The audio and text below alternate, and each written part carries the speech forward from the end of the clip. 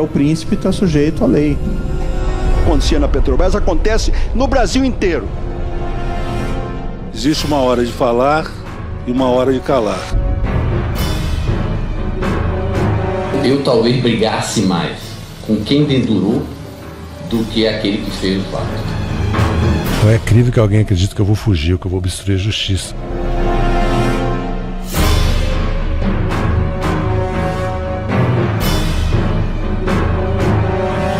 Trabalhei dentro da mais estrita legalidade.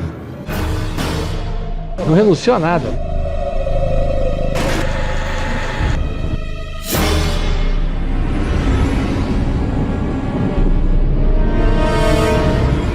O Ministério Público não tem medo de nada.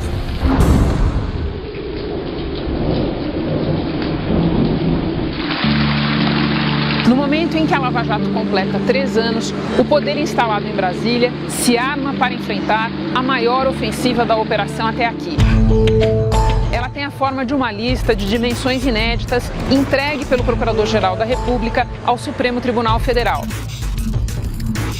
Ali estão, entre mais de 300 solicitações, pedidos para investigar ministros do núcleo do governo Temer, os presidentes da Câmara e do Senado, a nata dos senadores e 2 ex-presidentes da República, nada menos do que a elite política do país. Como já disseram mais de uma vez o juiz Sérgio Moro e investigadores da Lava Jato, o foco da operação não é a contabilidade das campanhas eleitorais. Caixa 1, Caixa 2, mas a origem do dinheiro das doações e eventuais vantagens indevidas. Em uma palavra, corrupção. O sistema está em modo de sobrevivência. Quais são os movimentos de autoproteção preparados no Palácio do Planalto, no Congresso, na elite empresarial? Como se posicionam nesse jogo os ministros do Supremo Tribunal Federal? É por onde vai andar o Política no Brasil de hoje.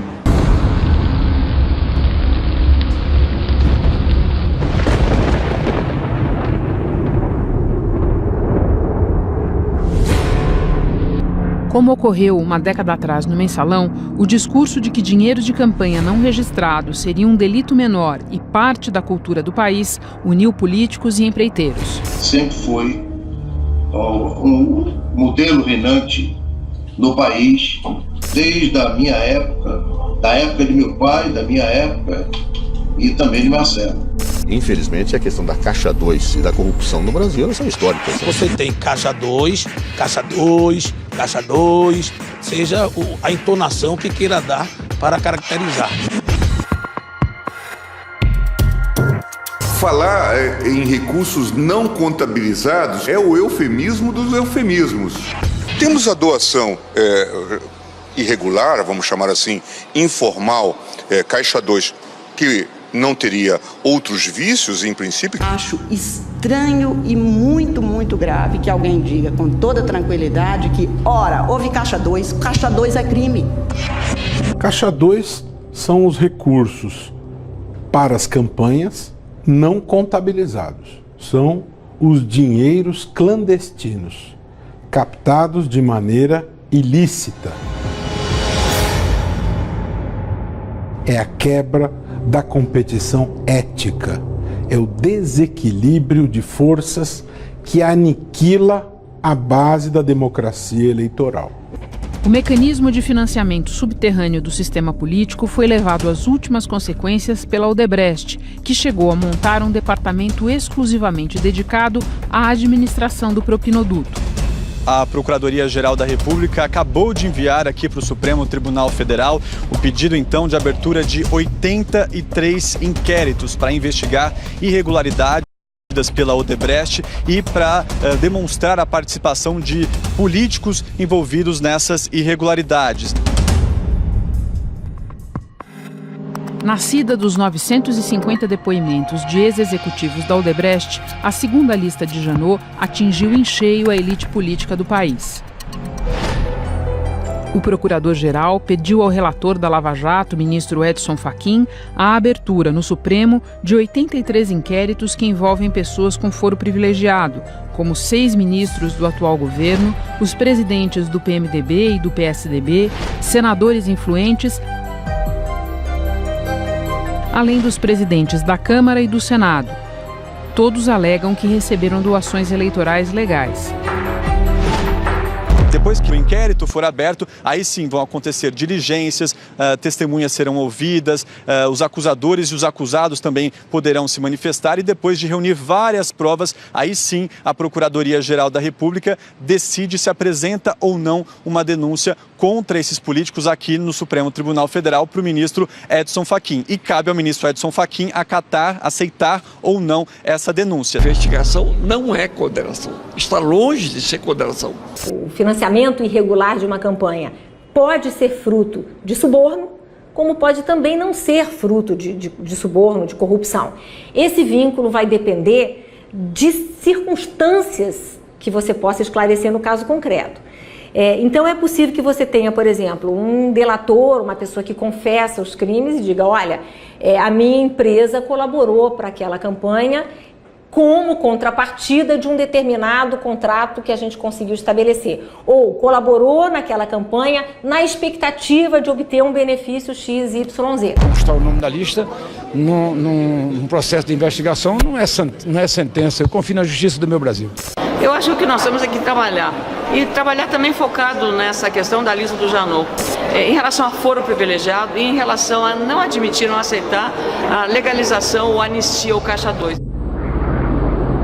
Agora passam das 8 horas, um dia depois da liberação da lista de Janot, e a gente viu que o dia foi de muita articulação, principalmente nos bastidores, no cafezinho. Não acredito que seja possível a continuidade do financiamento privado. Eu nunca vi essa conversa de se conversar sobre anistia. Eu vejo a mídia falar isso, eu vejo os jornais, a televisão, mas a mim ninguém nunca procurou para isso. O plenário ficou inicialmente vazio, depois você teve um número maior de deputados, inclusive votação, mas a movimentação mesmo ficou no bastidor, ficou nessa articulação, tanto por uma possível anistia ao Caixa 2, quanto para uma reforma política. Aparecer isso agora, exclusivamente, junto com a anistia de Caixa 2 e sacralização absoluta do Caixa 1, é um pouco oferecer aspirina para curar uma doença degenerativa.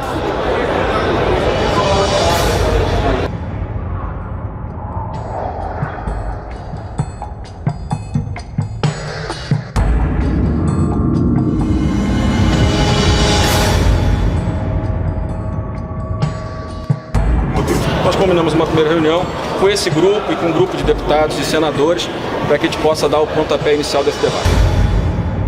Não consigo entender como é que nós vamos fazer financiamento de campanha público se não tiver lista fechada.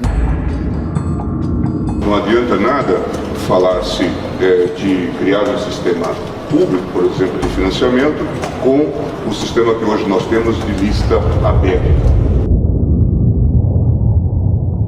As aberturas de inquérito apresentadas pelo Procurador-Geral Janot faz com que uma rede de proteção dessa casa surja mais uma vez esse movimento, que dessa vez é capitaneado pelo PMDB, pelo governo, pelo PSDB e pelos democratas, de fazer a lista fechada mais uma vez na ordem partidária. Vocês viram aí que o deputado falou em voto em lista fechada. Como funcionaria isso? Bom, o partido ele faria uma lista com deputados. Isso teria uma ordem, primeiro, segundo, terceiro, quarto deputado. O eleitor não votaria mais no deputado em si, e sim no próprio partido.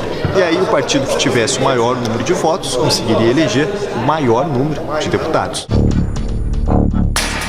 Eles achavam que antes o voto em lista favoreceria só o PT.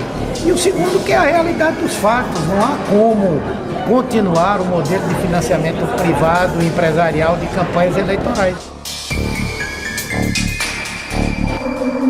É a lógica de tentar sustentar o foro privilegiado.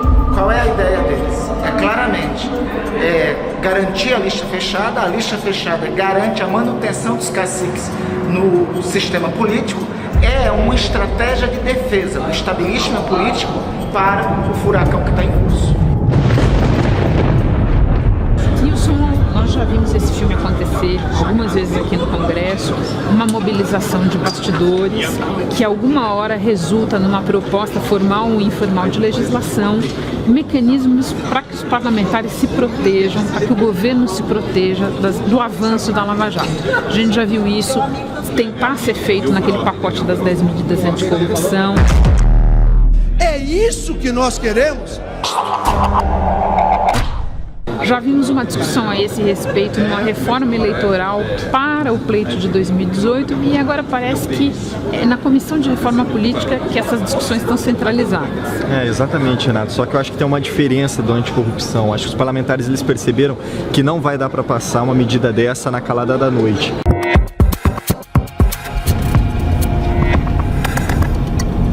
Democracia custa dinheiro, eleição custa dinheiro. A única certeza que nós temos é que tem que ter algum financiamento. Calma aí, explica pra mim aqui, pra onde vocês estão indo agora? STJ. Falar com quem? O ministro Herman Benjamin.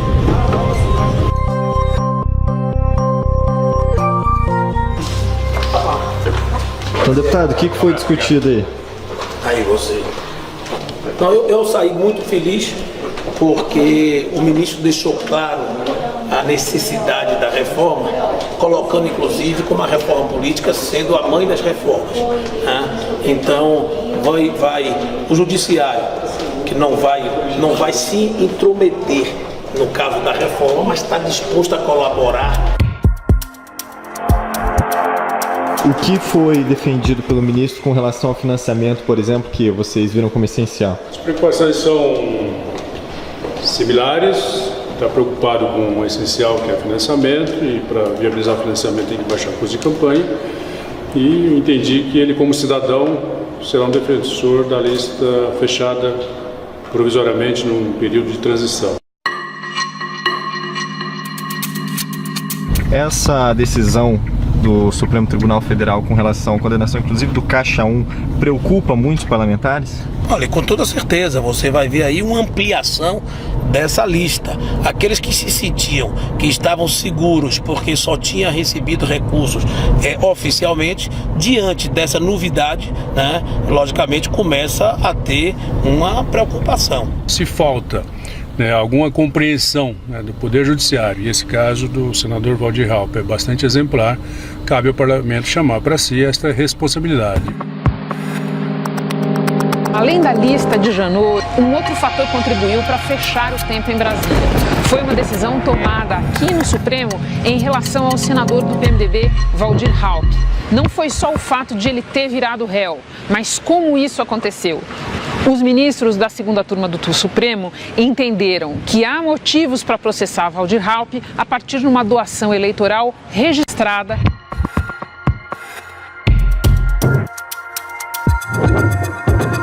Caixa 1, portanto, mas suspeita de ter sido feita com dinheiro de propina, com dinheiro de corrupção. Concluo que os elementos colhidos durante a investigação também indicam, ao menos em tese, a possibilidade de cometimento do delito de lavagem de dinheiro. Ele nega ter recebido vantagem indevida, mas virou réu por corrupção passiva e lavagem de dinheiro. Ao considerar base para processo uma doação de campanha declarada ao TSE, o Supremo derrubou o principal muro de contenção de danos que os políticos haviam erguido contra a Lava Jato.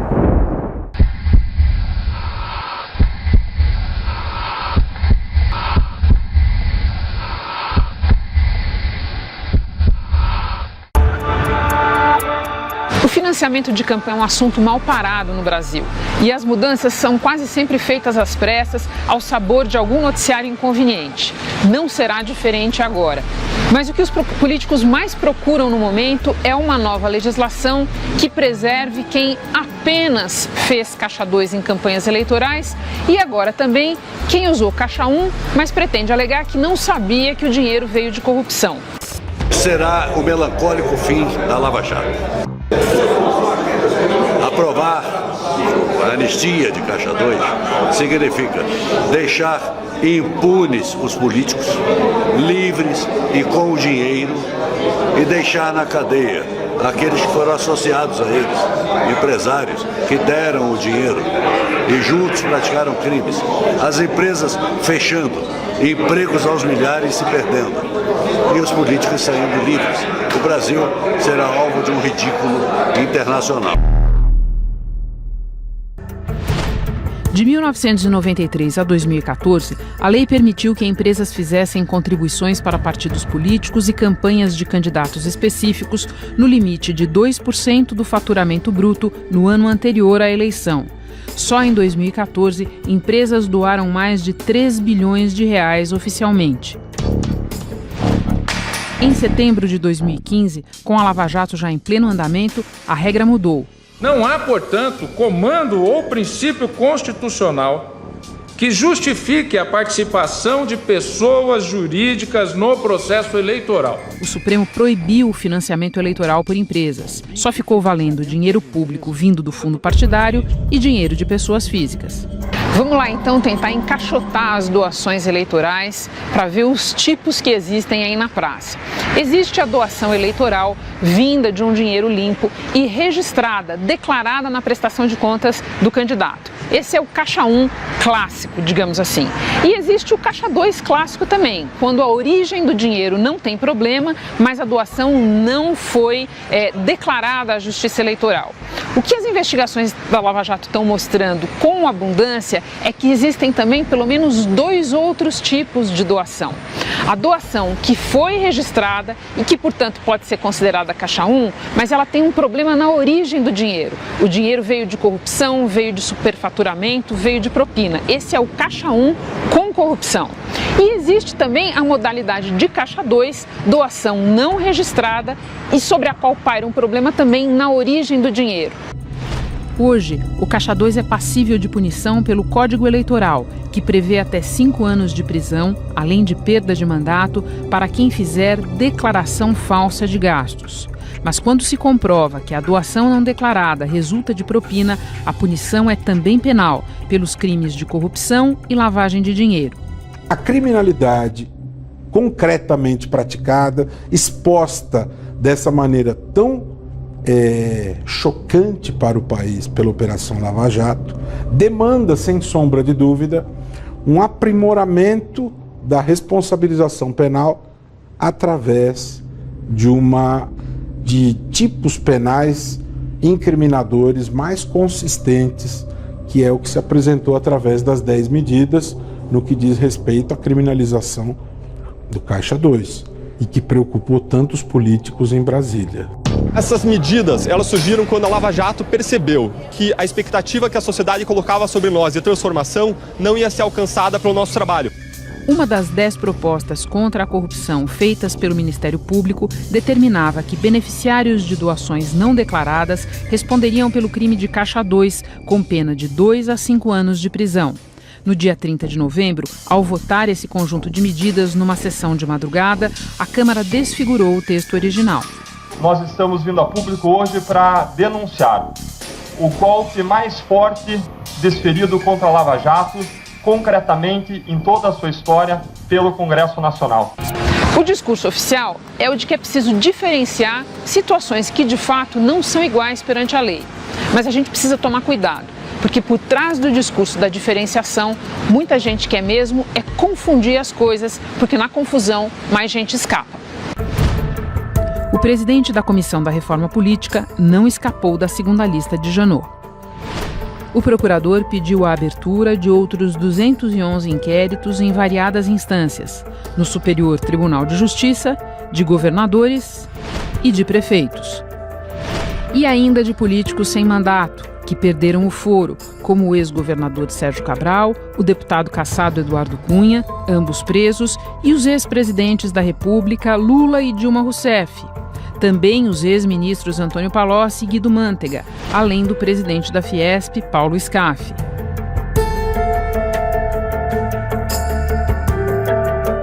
Vale lembrar que há 2 anos o procurador-geral enviou ao Supremo uma primeira lista, baseada nas delações do ex-diretor da Petrobras, Paulo Roberto Costa, e do doleiro Alberto Youssef. Nela, pedia a abertura de 28 inquéritos contra 49 políticos e, até hoje, apenas 5 deles viraram réus.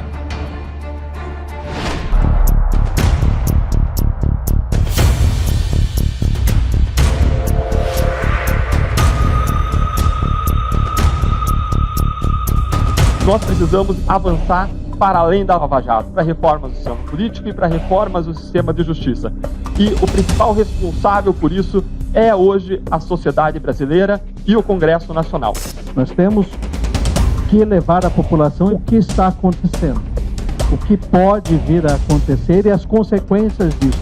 Basta uma noite no Congresso Nacional e toda a investigação pode cair por terra. A Lava Jato entra no seu 4º ano ameaçando o poder como nunca, mas também alvo da mais organizada reação vista até agora.